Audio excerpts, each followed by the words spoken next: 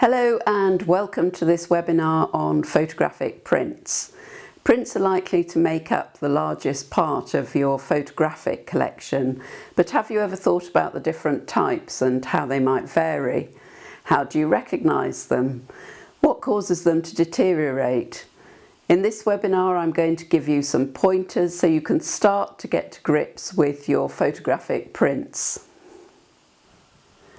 So let's look at the image forming component first. Here you have a mixture of examples from the 19th century to the late 20th century, divided simply into black and white processes, one colour processes and multicolour processes. As I said before, black and white is a term that is used to describe silver processes in photography, and you may be able to create nominally black and white images in the other categories. The term alternative processes is used to describe one colour images other than silver, and so we can summarise what you've just seen visually represented like this. So black and white are silver, alternative processes have images made from pigment or metals or metal compounds, and multicolour processes have images made from pigments or dyes. We can also divide up prints by the number of layers there are. So here we have one layer prints which just consist of the chemical that forms the image, which is embedded in the paper base. And then there are two layer prints, and here you have a paper layer and an emulsion or binder containing the image forming substance, and the paper fibres may be still somewhat visible. Here we have prints with 3 layers or more, and there can be a variety of extra layers added for different practical purposes. And one of the most common of these is the baryta layer, which is a white pigment layer of barium sulfate in gelatin, and it's often found in later silver prints, and it was added to give a uniform, smooth, plain white background, removing the effect of the paper surface and any colour variation. So let's go back to the silver processes, as that's an obvious place to start. These were the backbone of photography in the 19th century and much of the 20th century. There are 3 ways of forming a silver image which depend on the processing, but with prints you're almost entirely concerned with 2, resulting in printed out prints and developed out prints, and this explains the difference between the 2. So with printed out prints you expose a negative in contact with printing paper until the image appears, and then it's fixed, washed and dried. Whereas with developed out prints you expose a smaller negative in an enlarger raised above the printing paper. You expose it briefly to form a latent image which isn't visible to the human eye, and then the image is brought out by chemical development, and then a stop bath is used to stop the development, and then it's fixed, washed and dried.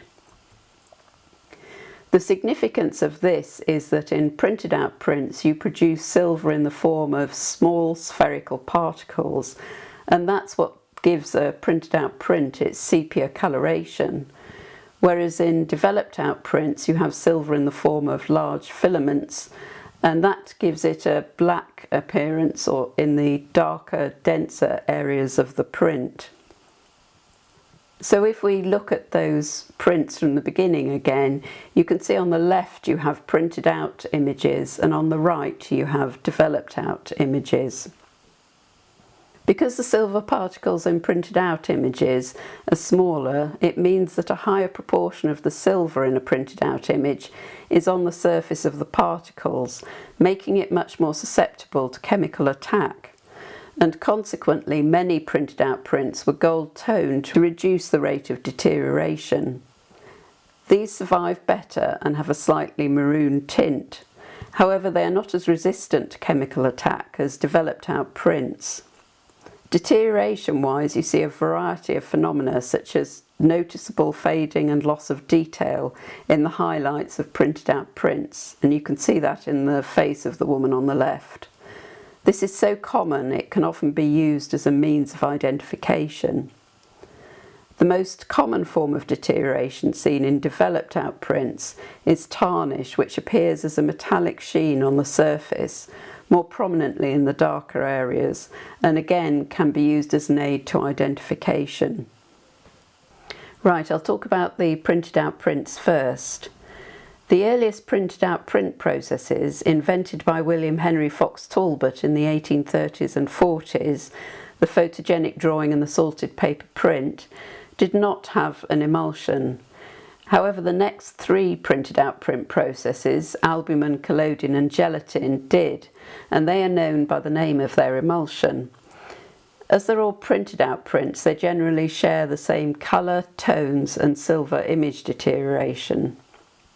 Here we have a selection of albumen prints, and albumen was introduced in 1850. Albumen tends to yellow more than other emulsions, and it also doesn't like an alkaline environment, which will cause it to yellow more. And it tends to have a finely cracked emulsion, as you can see on the right hand side. Collodion was introduced in 1864, but really took off in the 1880s and was around until World War I, and it can have any sort of surface finish, matte or glossy. Gelatin printing out paper was introduced in 1882 and slowly petered out from the turn of the century, and are quite unusual from the 1940s onwards, and they too can also be matte or glossy, so again not very helpful for identification. The white baryta layer which I showed earlier was found in some collodion and gelatin printed out prints from 1885, so if you have a print which has a chip sort of on the edge and you can see underneath the emulsion, if you can see a baryta layer, that's an aid to dating the photograph. So printed out print processes were the dominant processes of the 19th century. So now we come on to the developed out prints, and all developed out prints have a gelatin emulsion and are essentially one process, and they nearly all have a baryta layer.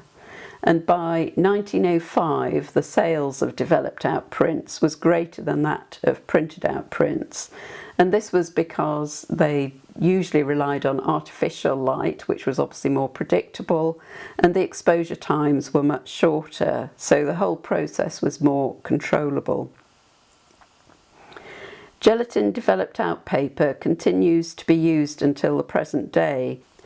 Since the early 1900s there have been two optional additional developments which don't affect the heart of the silver process itself. The introduction of resin-coated paper in the mid-1970s as a cheaper alternative base, and the development of papers sensitive to laser light. Resin-coated paper is a plastic-coated paper, and the plastic coating contains a white pigment layer to replace the baryta. In recent years in contemporary photography, developing out paper on a traditional paper base rather than resin-coated paper has also become known as fibre base or baryta paper, and if you're producing good quality prints now for exhibition, that's probably what you'd use. And having paper sensitive to laser light means that they can be printed with digital files. Right, next up, the alternative processes.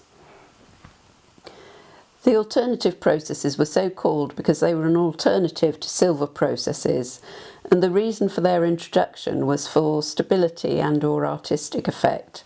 Their peak in popularity was generally around 1900. They can be subdivided into two further groups: pigment processes and processes based on other metals.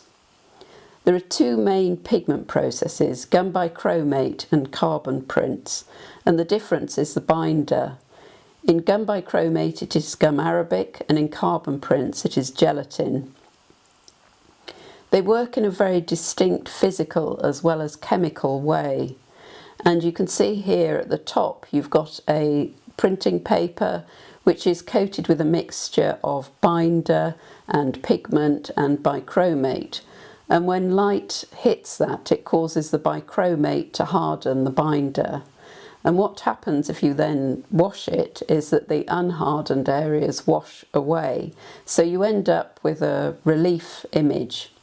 And where you have more binder, you have more pigment, and so that becomes a dark area.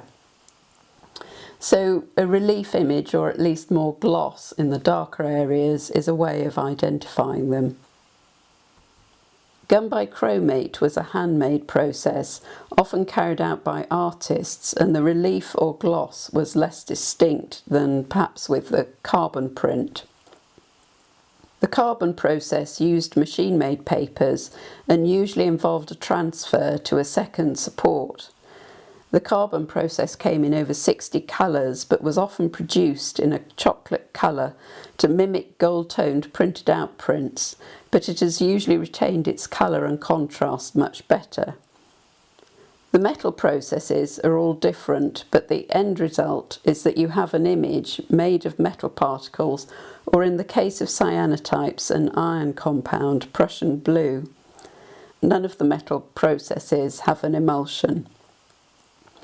The cyanotype was introduced earlier than the other alternative processes in 1842 and was used primarily at that time for silhouettes of objects such as plants.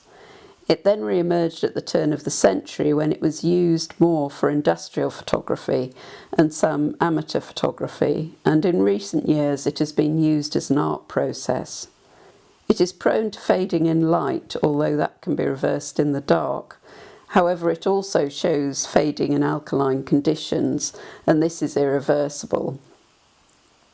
The platinum print was invented in the 1870s and was around until World War I, when it became prohibitively expensive, although it was always an expensive process. It has a very fine and subtle tonal range, and it was frequently toned with a variety of other metals, which gave it a variety of hues. And it resurfaced again in the later 20th century as an art process.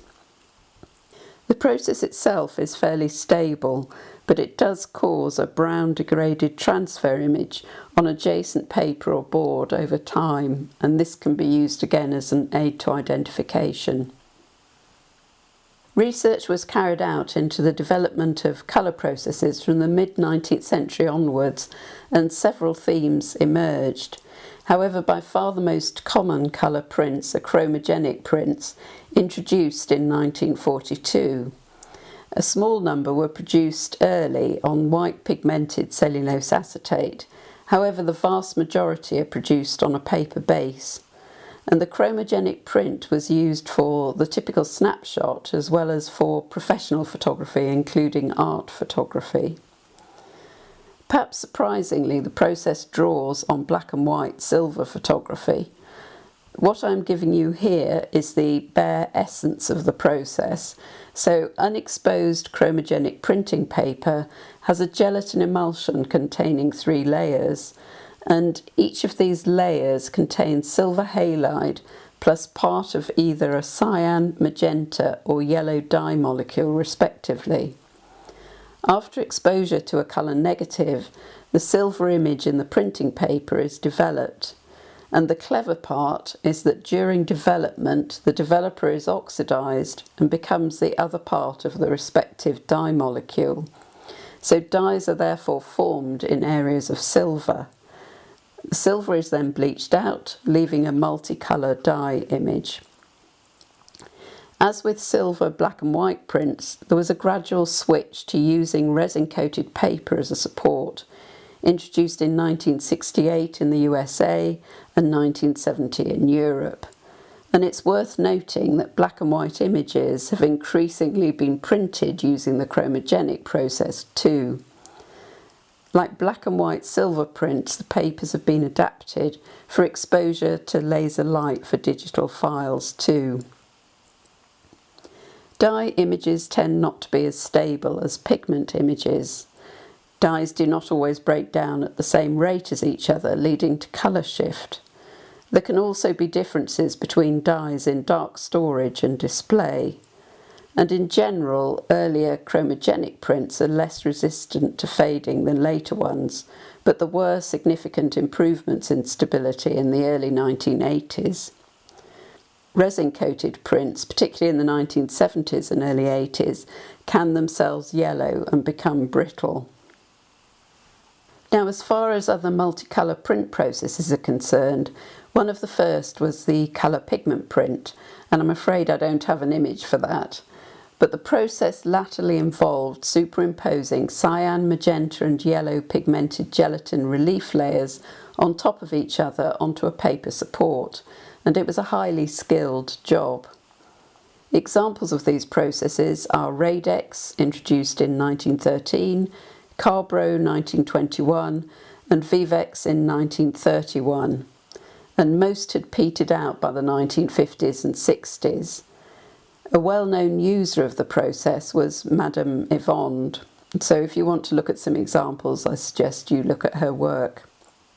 They tend to survive in fairly good condition, but there may be the exception where the multiple layers and subsequent stresses have caused cracking or delamination at the edges.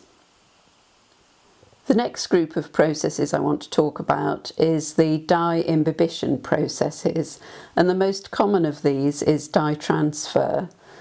There were products produced in the early 1900s, but the most common was Kodak dye transfer, which was available from 1946 to 1993.